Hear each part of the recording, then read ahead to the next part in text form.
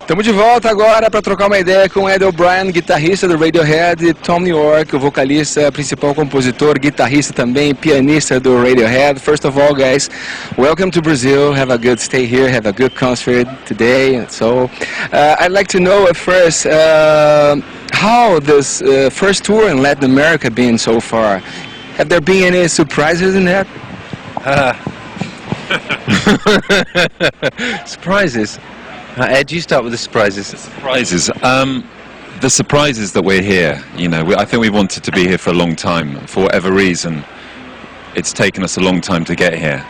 So it's it's what can I say really? It's something that we've dreamt about doing for a long time. So to be here is an amazing thing for us. How did you decide which songs to include in the set list, especially in a concert, in a place they are going to perform for the first time? Do you feel any pressure to mix the late ones with the classic ones? We kind of just tend to go with what we're feeling. We don't worry too much about that. But I mean, if it's a big crowd, most of these shows are quite big, aren't they? Like, I don't know how many thousand even. So we will play some old songs. We're actually playing most of In Rainbows though. I think we're playing. And which song has the most reaction from the crowd and played? Arpeggio went down really well. Yeah, really well. That was great, and they're there. It's difficult to tell because our perception as well might be a little different. We might think we played it really well and we notice it's good. And how has In Rainbow been received here in South America? We started the tour in Mexico, which isn't South America, but we didn't. The record didn't even, the CD didn't even come out in the shops there. So everyone seemed to know it. So obviously the internet's doing its job. Do you have any favorite In Rainbow song? Could you name one of them? Is it difficult to you? I kind of like Videotape because it was very difficult to do. And they had to remove me from the studio in order for it to happen. That's why I like it. So this tour has an extraordinary visual concept with amazing light effects. Do you guys take part in this decision as well? We have this guy called Andy Watson who's been with us since 1993, and he is our man, and we just sort of said to him this time around we wanted to develop a low energy light rig. The light rig you see uses I think it's 30% of a normal energy of a normal lighting rig, and it coincided with this new technology coming out, so it was designed around that. There was a moment in the concert in Rio that you mixed with the song some phrases in Portuguese, and the crowd got really surprised. It was during national anthem. We've always used the radio there, whatever we pick up. I mean, sometimes in the US we pick terrible country and western up, and we have to start up with this awful country and western, like, oh God, too late. You know, it's random, it's fate, whatever's on the radio. So you pick that on the radio? Yeah, we just tune in 4 channels and he goes between. So whatever you get is whatever's on. That's amazing. You requested a meditation room in the backstage. Why is that? Oh, I mean, of course it's to meditate, but is the meditation a way to take you away from all this excitement in the backstage and to be focused on the performance, or is that a religion's issue? I don't know. For me, it's more just clearing your mind of whatever's been happening to you, so you don't go on the stage with it. It's sort of like the opposite of Michael Stipe.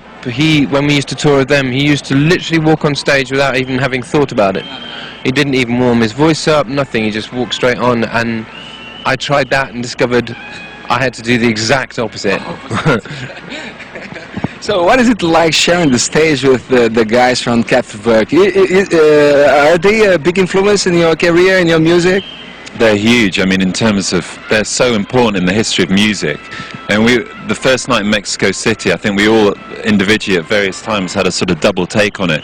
When you hear the model, you're immediately sort of taken back to almost when you're 14 at school, and you know, and here we are, however many years later, and we're sharing the same stage. I mean, it's, you know, that's the stuff of dreams, really. Yeah. Talking about their studio, we went out with them the other night and just sat there talking about equipment and how they did their records, and they were, you know, just swapping how they run their studio, how we run our studio. It's great.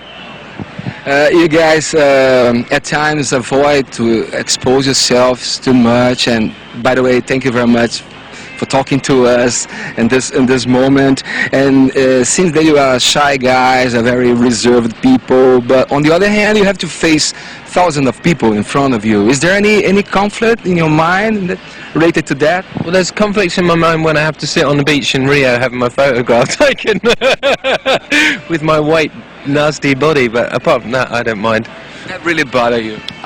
That kind of like, that's hard. I find that difficult. That sort of, please, leave me alone. Thank you very much for your time here with us at Multishow.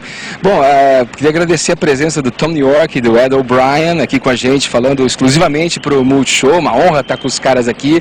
Eles que não gostam muito de falar. Agora vocês vão conferir uma matéria especial sobre a montagem do palco dessa turnê em Rainbows e, na sequência, a apresentação desses figuras aqui. Fique com a gente no Multishow.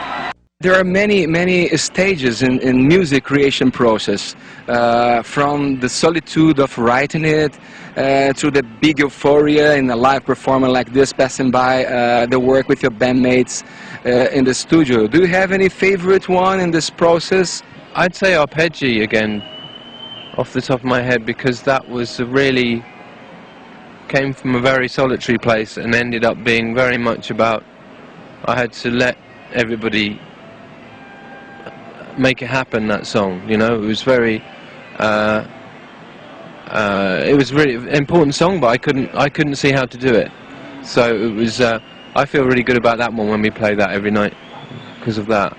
You came up with the idea and all your bandmates developed your thoughts, they kind of... Well, no, I mean, I remember hearing the vocal and the lyrics, and I banged on about you, and I said I came back because I live in London, I go back at the end of the rehearsal day, and I played this song about 8 times, and it was like hearing the lyric, and it was just like, do you remember, like, I came in the next day and I said, this is a really important song, this thing that you've written is like, there's a universal sort of truth and emotion being written here, and it's great. I mean, on the other side of it, it's great. On the other side, when you see something put in front of you like that, and it's unmistakable. Have you started thinking about the new project? Could you preview anything about the new album of Radiohead? The only thing I think for whatever we do next is I think we're going to do it for kicks. We're not going to like go through this whole tortured nightmare process. From now on, we're in it for kicks, at least in theory. That's what we said when we did Hail to the Thief. Is it? Yeah.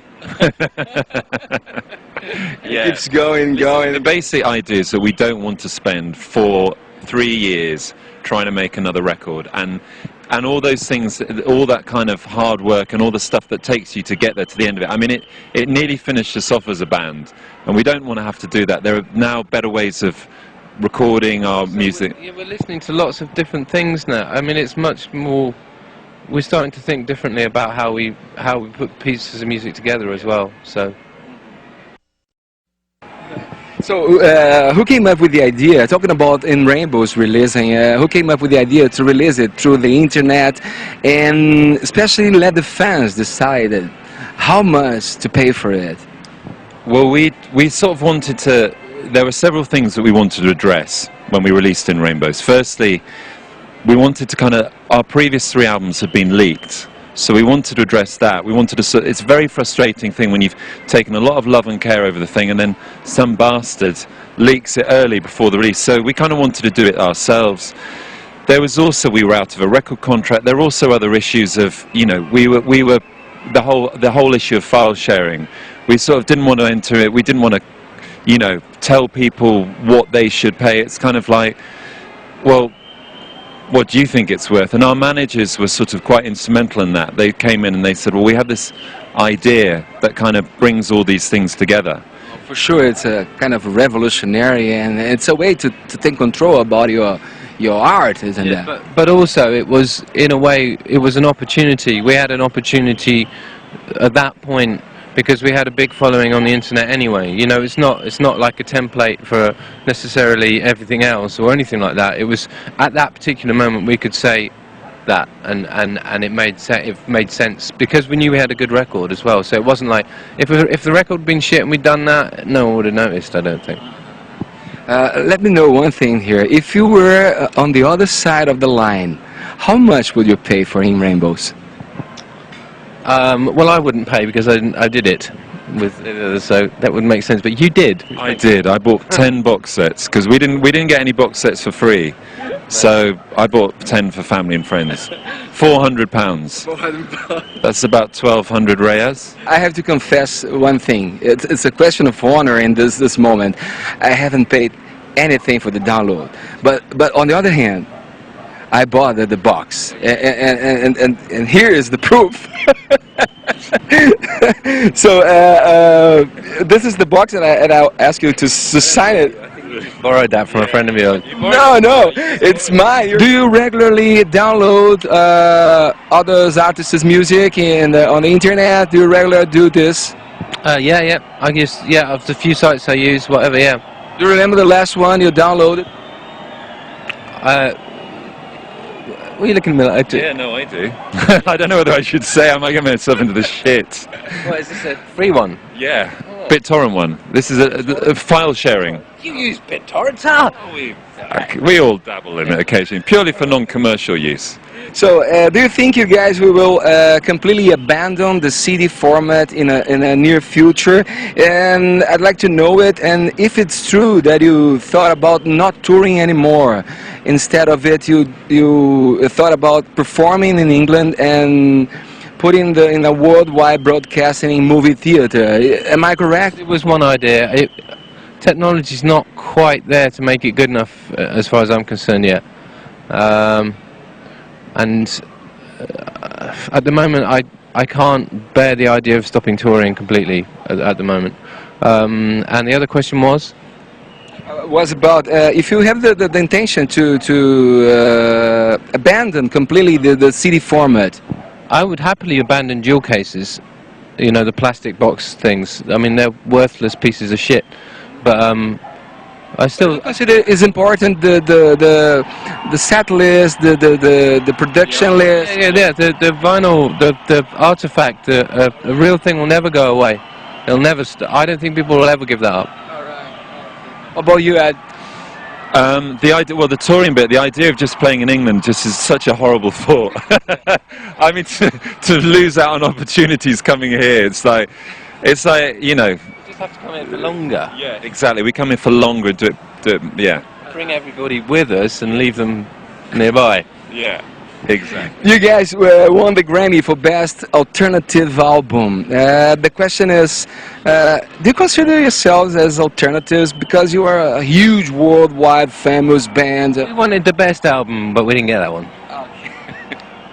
You consider yourselves as alternatives? I don't know really what that means. When I look in the mirror.